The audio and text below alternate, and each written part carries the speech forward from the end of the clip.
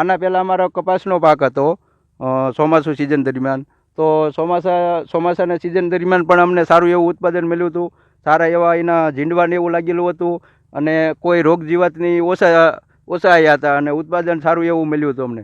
20 થી 22 મણનો ઉતારો આવ્યો હતો અમારે વીઘે. મારું નામ છે ગોરિયા સગનભાઈ રામજીભાઈ.